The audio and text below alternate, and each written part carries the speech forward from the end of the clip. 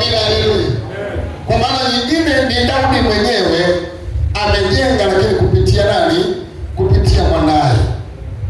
Ni nafasi ile ya nini? Ya upendeleo. Nafasi ile ya nini? Ya upendeleo. Daudi akulalamika, akajua ni mimi, lakini kwa mkono wa nani? Kwa mkono wa mtoto wake.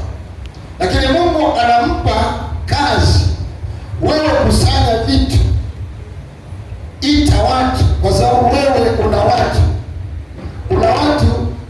Tuanze na kitabu cha Isaya sura ya 22 mstari wake wa 22.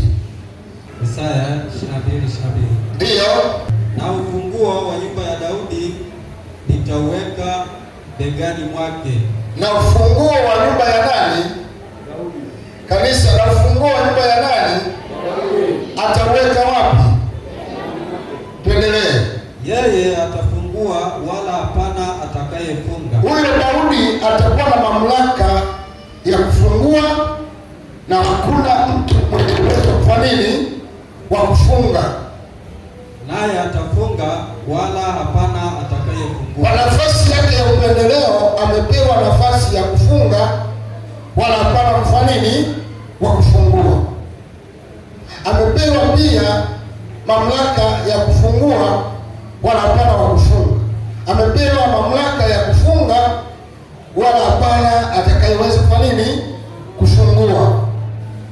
Kwa mtiririko wa jambo hili ama muktadha huu unaelekeza jambo, tunaweza tukaiona mamlaka iliyokuu iliyo begani mwa nani? Mwa Daudi. Namba moja, mamlaka iliyokuu iliyokaa begani mwa Daudi, na hii inaitwa mamlaka ya upendeleo.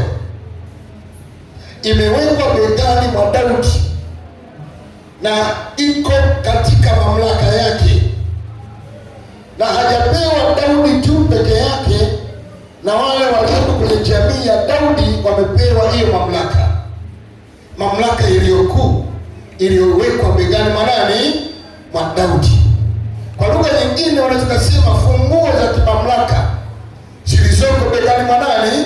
Mwa Daudi aliyepewa upendeleo.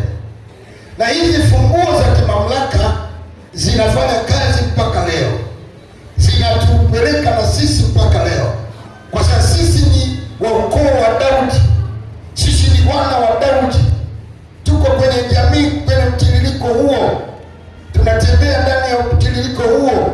Upendeleo ule ule aliyepewa Daudi ndio upendeleo ule ule tulinao na sisi. Haleluya, haleluya. Neema ile ile iliyokuwepo ndani ya Daudi ndio neema ile ile iko kwetu leo.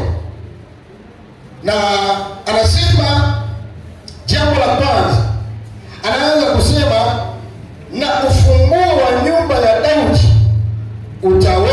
nitauweka mabegani mwake. Si Daudi aliyekipa mamlaka, koroandika, si Daudi aliyekipa mamlaka, ila Mungu kwa upendo wake mwenyewe aliamua kuwekeza mamlaka juu ya nani? Juu ya mabega ya Daudi.